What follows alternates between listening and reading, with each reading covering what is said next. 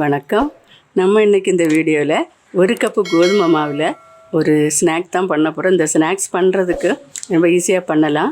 இது ஸ்நாக்ஸாகவும் நம்ம சாப்பிட்டுக்கலாம். அதோட காலையில் பிரேக்ஃபாஸ்ட்டில் நம்ம எடுத்துக்கலாம். ஈவினிங்கில் ஸ்நாக்ஸாக யூஸ் பண்ணிக்கலாம். நைட்டில் டின்னரை யூஸ் பண்ணிக்கலாம். எல்லாத்துக்கும் இது ரொம்ப நல்ல சூட்டபுளாக இருக்கும். எல்லாம் விரும்பி சாப்பிடுவாங்க. குழந்தைகளெல்லாம் விரும்பி சாப்பிடுவாங்க. வாங்க இந்த ஸ்நாக்ஸ் எப்படி செய்யலான்னு பார்க்கலாம்.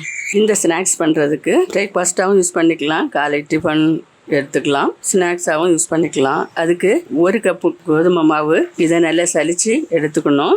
இதில் சேர்த்துக்கலாம். இது சப்பாத்தி மாவுக்கு நம்ம பிசைகிற மாதிரி தான் பிசைய போகிறோம். இதில் ஒரு ஸ்பூன் எண்ணெய் சேர்த்துக்கலாம்.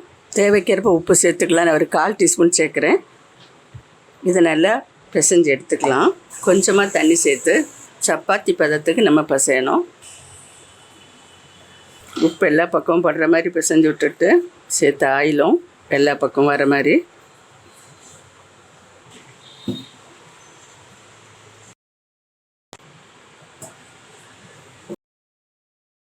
கொஞ்சம் திக்காகவே பிசைஞ்சிக்கலாம்.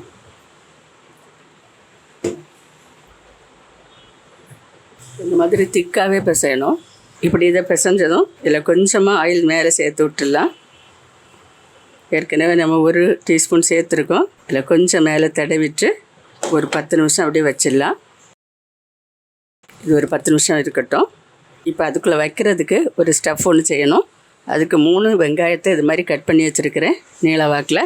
ஒரு 4-5 பீன்ஸு, ஒரு கேரட்டு, சின்ன சைஸில் ஒரு கேரட்டு, இவ்வளோத்தையும் நான் கட் பண்ணி வச்சுருக்கேன். இதை நம்ம அது ஊறுற நேரத்தில் இதை நம்ம தாளித்து அதை ரெடி பண்ணிக்கலாம். இப்போ அடுப்பு பற்ற வச்சுக்கலாம். ஒரு கடாய் அடுப்பில் வச்சுருக்கேன். 2 டேபிள் ஸ்பூன் ஆயில் சேர்க்குறேன். இதில் கொஞ்சம் சோம்பு சேர்த்துக்கலாம். இப்போ பெருஞ்சீரகம் பொரிஞ்சதும் எண்ணெய் இந்த வெங்காயத்தை சேர்த்து விட்டுடலாம். கொஞ்சம் வதங்கணும். கண்ணாடி பதத்துக்கு வதங்கணும். இதில் 2 பச்சை மிளகா, சின்ன பச்சை மிளகா, அதோட கொஞ்சோண்டு கருவேப்பிலையை ரொம்ப கொஞ்சம் பொடியாக கட் பண்ணியிருக்கேன். அதோட சேர்த்து மிக்ஸ் பண்ணலாம். இதோடவே நம்ம கட் பண்ணி வச்ச பீன்ஸை சேர்த்துப்போம். கேரட்டையும் சேர்த்துடலாம். எல்லாம் சேர்ந்து நல்லா வதங்கட்டும். இன்னும் கொஞ்சம் வதங்கணும். இப்போ இதில் 1/2 டீஸ்பூன் இஞ்சி பூண்டு பேஸ்ட்டு சேர்த்துடலாம். சேர்த்து பச்சை வாசம் போக வர கொஞ்சம் வதக்கிடலாம். இப்போ இதுக்கு தேவையான ஒரு 1/4 டீஸ்பூன் உப்பு சேர்க்கலாம். இப்போ இதுக்கு தேவையான மசாலா சேர்த்துடலாம். 1 டீஸ்பூன் மிளகாத்தூள், 1/4 டீஸ்பூன் மஞ்சத்தூள், 1/2 டீஸ்பூன் மல்லித்தூள், 1/2 டீஸ்பூன் கரம் மசாலா. கறி மசாலா, சிக்கன் மசாலா கூட சேர்த்துக்கலாம். இதில் நான் சேர்த்துறேன். எல்லாத்தையும் எல்லாம் சேர்ந்து கொஞ்சம் நல்லா வதங்கி பச்சை வாசம் எல்லாம் போய் கொஞ்சம் ஒரு சூப்பரான வாசம் வரும். அந்த சமயத்தில் இதை நம்ம ஆஃப் பண்ணி இறக்கிடலாம். இது 2 நிமிஷம் அப்படியே வதக்கி விட்டுடலாம். இப்போ வதங்கியாச்சு, நல்லா போதும். கடைசியாக கொஞ்சம் கருவேப்பிலை சேர்க்குறேன். மல்லி இலை இருந்தால் கொஞ்சம் சேர்த்துக்கலாம். என்கிட்ட மல்லி இலை இல்லைத்தானே நான் சேர்க்கல. மல்லி இலை இருந்தால் கொஞ்சம் சின்னதாக கட் பண்ணி கடைசியாக சேர்த்துக்கோங்க. அடுப்பு ஆஃப் பண்ணிடலாம். இதை இனி தனியாக ஒரு பாத்திரத்தில் எடுத்து வச்சிடலாம். இப்போ இது சூடாகட்டும். இப்போ நம்ம ஊற வச்சுருந்த கோதுமை மாவு இதை நமக்கு நின்று ஒரு தடவை கொஞ்சமாக பிசைஞ்சு எடுத்துக்கலாம். இதை இப்படி நல்லா பிசைஞ்சு எடுத்துட்டு உருண்டைகளாக பிடிச்சிடலாம்.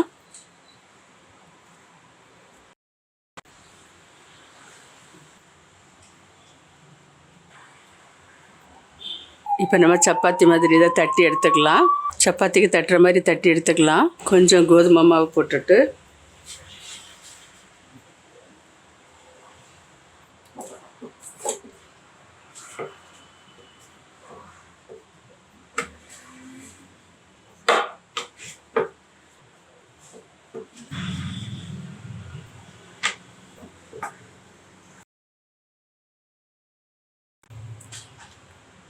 இந்த மாதிரி ரொம்ப திக்காக இல்லாமல் தின்னாகவும் இல்லாமல் மீடியமாக இருக்கட்டும். இது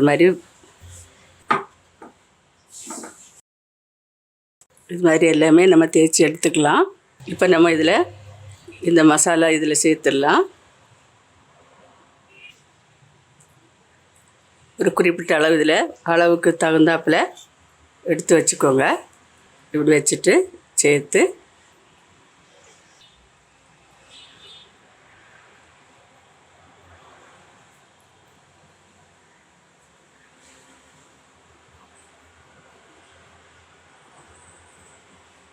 இது மேலே உள்ளது அது மாதிரி கட் பண்ணி நம்ம வெளியே எடுத்துடலாம்.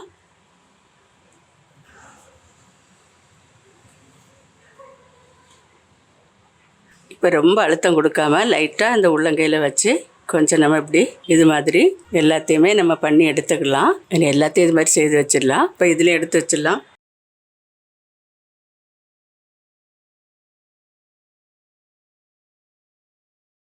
இப்போ இது மாதிரி எல்லாத்தையும் நான் ரெடி பண்ணி எடுத்தாச்சு.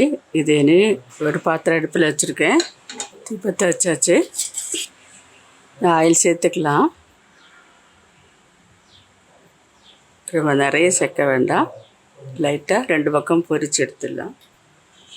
இப்போ எண்ணெயில் ஒன்று ஒன்றா வச்சிடலாம். இதை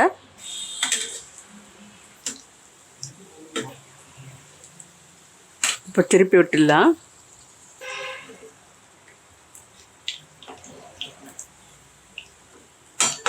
குறைவான தீயிலே நல்லா வேக வச்சு எடுத்துக்கலாம். எல்லா பக்கமும் பொரியணும்.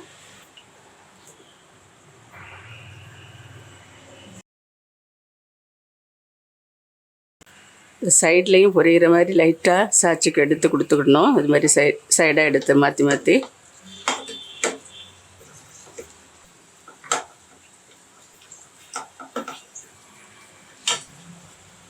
இனி இதை எடுத்துடலாம்.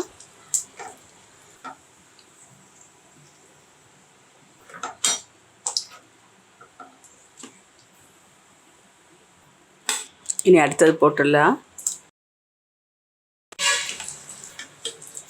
மாற்றி மாற்றி போட்டு இது மாதிரி பொரித்து எடுத்துக்கலாம். இப்போ எடுத்துடலாம். அடுப்பு ஆஃப் பண்ணிட்டேன். இதெல்லாம் எடுத்தாச்சு. இப்போ ரொம்பவே சூப்பராக ரெடி ஆகிட்டு 1 கப்பு கோதுமையில் நம்ம இதெல்லாம் பண்ணியிருக்கோம்.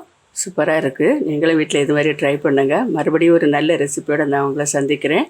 மறக்காமல் லைக் பண்ணி, ஷேர் பண்ணி, கமெண்ட் பண்ணுங்கள், சப்ஸ்கிரைப் பண்ணுங்கள். நன்றி. God bless you.